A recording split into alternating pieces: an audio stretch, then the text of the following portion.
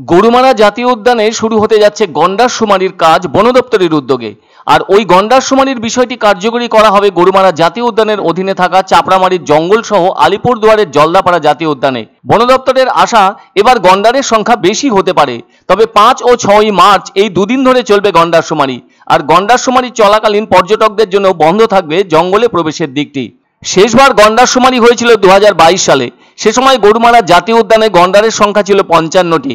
ফলে বেশ কয়েক বছর বাদে হতে যাচ্ছে গন্ডার শুমারি। সুতরাং এবারের এই জঙ্গলে বাড়তে পারে গন্ডারের সংখ্যা। এদিকে এই গন্ডার শুমারি উপলক্ষে রবিবার থেকে সোমবার পর্যন্ত দুদিনের প্রশিক্ষণ শিবিরের আয়োজন করা হয় গরুমারা বন্যপ্রাণ বিভাগের অন্তর্গত ধূপঝোড়া এলিফ্যান্ট ক্যাম্পে। এখানে রবিবার প্রশিক্ষণ দেওয়া হয় বন সুরক্ষা কমিটির সদস্যদের, আর সোমবার পরিবেশপ্রেমী সংগঠনের সদস্যদের চলল প্রশিক্ষণ দেওয়ার কাজ। প্রথম দিনের এই প্রশিক্ষণ শিবিরে উপস্থিত ছিলেন ডিএফও গরুমারা দ্বিজপ্রতিম সেন, জলপাইগুড়ি বন বিভাগের ডিএফও বিকাশ ভি, বৈকুণ্ঠপুর বন বিভাগের ডিএফও রাজা এম সহ বন বিভাগের বিভিন্ন দপ্তরের আধিকারিকেরা। এ ব্যাপারে গরুমারা বন্যপ্রাণ বিভাগের ডিএফও দ্বিজপ্রতিম সেন বলেন, প্রায় 30টির বেশি টিম এই গন্ডার শুমারির কাজ করবেন। ট্র্যাপ ক্যামেরা ও কুনকি হাতির সাহায্যে চলবে এই গন্ডার শুমারির কাজ। এদিকে যে দুদিন গন্ডার শুমারি চলবে সেই দুদিন পর্যটকদের জন্য জঙ্গল বন্ধ থাকবে। আগের গন্ডার শুমারিতে গন্ডারের সংখ্যা ছিল 55টি, আর এবার সেই সংখ্যা কতটা বাড়ে সেটাই দেখতে চাইছে বন দপ্তর।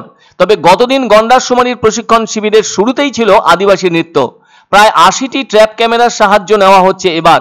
হেঁটে হেঁটে কাজ চালানোর পাশাপাশি কুনকি হাতির পিঠে চড়েও চলবে গন্ডার শুমারির কাজ।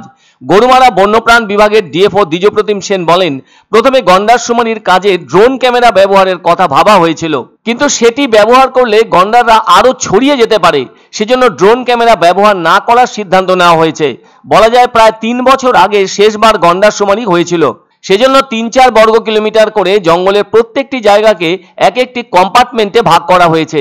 তাছাড়া জঙ্গলে থাকা প্রতিটি নজর মিনারে টিম রেখে চলবে গন্ডার শুমারি।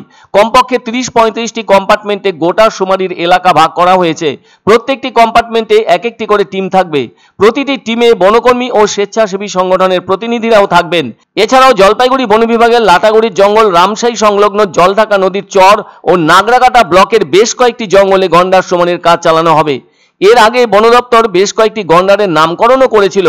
তবে গত কয়েক বছরে আরো কয়েকটি গন্ডারের জন্ম হয়েছে, সেগুলি এখন অবশ্য বড়ও হয়েছে। এই শুমারিতে তাদের শারীরিক গঠন চিহ্নিত করে নামকরণ করা হবে বলে বন দপ্তর সূত্রে খবর। তবে বন দপ্তরের আশা এবার গন্ডারের সংখ্যা 60-এর কাছাকাছি হবে। এক্ষেত্রে উল্লেখ করা দরকার, 2019 সালের পর 2022 সালে গন্ডার গণনার কাজ হয়েছিল, আর এবার হচ্ছে ফের গন্ডার শুমারির কাজ। 2022 সালে 17টি কুনকি হাতিকে ব্যবহার করা হয়েছিল, আর 50টি দলে ভাগ হয়ে চলেছিল গণনা। 2019 সালে 52টি বড় ও 3টি শাবক গন্ডারের দেখা মিলেছিল, আর 2025 সালে সেই সংখ্যা 60 ছাড়িয়ে যেতে পারে বলে অনুমান বনকর্মীদের একাংশের। Yes, absolutely. হ্যাঁ, এখন about close to 10% of যেটা আমাদের রাইনোস আছে এস্টিমেটেড, তারা কিন্তু জলপাইগুড়ি ফরেস্ট ডিভিশনেই থাকে, যেমন কি নাথুয়া, রামসাই, ডায়না এই এরিয়াগুলোয়। তো এইটা Jalpaiguri forest division, Gorumara wild life division, Jaldapara wild life division তিনজনে মিলে একসাথে করছে ওয়েস্ট বেঙ্গল ফরেস্টের আন্ডারে। জ্যোতিষ, হস্তরেখাবিদ, বাস্তুবিদ শ্রী অনির্বাণ গোস্বামী নিয়মিত বসছেন জলপাইগুড়ি শহরে। উনি গ্যারান্টি সহকারে ভবিষ্যৎবাণীও করে থাকেন। ওনার প্রতিকার পদ্ধতি কাজে না লাগলে ভিজিট এবং প্রতিকারের সম্পূর্ণ টাকা ফেরত দেন। যোগাযোগ 7872723976, 9641543241। পছন্দসই সেরা খাবার খেতে হলে সোজা চলে আসুন রুচিসম্মত আধুনিক মানের রেস্টুরেন্ট রাজদরবারে, কেননা এখানেই আপনারা পাবেন ভোজনের রাজকীয় অনুভূতি। শুধু পুজোর সময়ই নয়, সারা বছরই রকমারি খাবার সরবরাহ করাই এই রেস্টুরেন্টের আভিজাত্য। আমাদের ঠিকানা রাজদরবার, রাহুতবাড়ি, বাবুপাড়া, জলপাইগুড়ি।